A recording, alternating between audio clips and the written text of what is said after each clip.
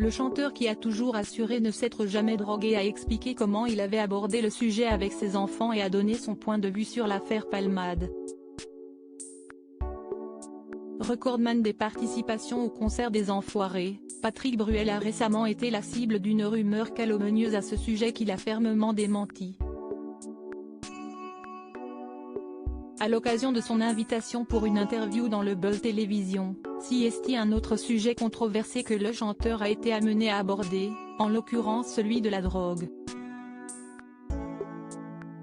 Un thème évoqué dans son nouvel album Encore une fois et qui l'a amené à parler de l'affaire dans laquelle est impliqué Pierre Palmade, comédien qu'il a côtoyé pendant des années lors du spectacle des Restos du Cœur.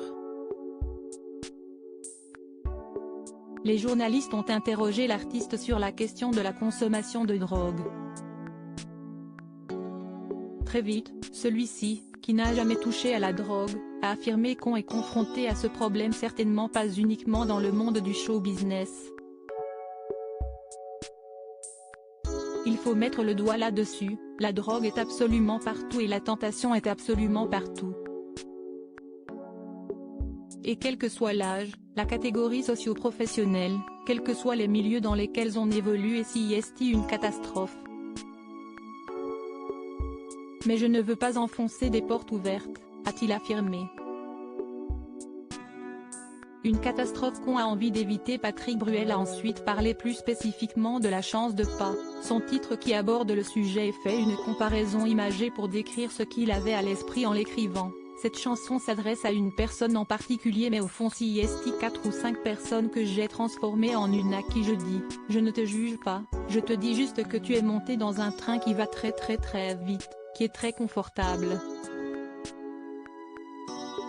Tu es assis en première sauf que dans ce train il ne va pas s'arrêter et tu vas avoir beaucoup de mal à descendre mais il ne s'arrêtera pas et il va dans le mur avec toi, en fait. Si est juste ça. Donc tire-toi de là, sors de ce truc qui t'atteint psychologiquement, qui t'atteint physiquement, qui réduit tes capacités intellectuelles, tes capacités sensorielles alors qu'on te fait croire le contraire. Donc si est une catastrophe qu'on a envie d'éviter, et à nos enfants et à nos amis et à tout le monde. Bien sûr que j'ai parlé de ça à mes enfants depuis toujours, si est un débat qui n'a jamais cessé. Le premier à qui tu en parles un texte qu'il aurait pu écrire à destination de son ami Pierre Palmade, confirme-t-il, on a tous eu par rapport à Pierre des mises en garde, depuis bien longtemps.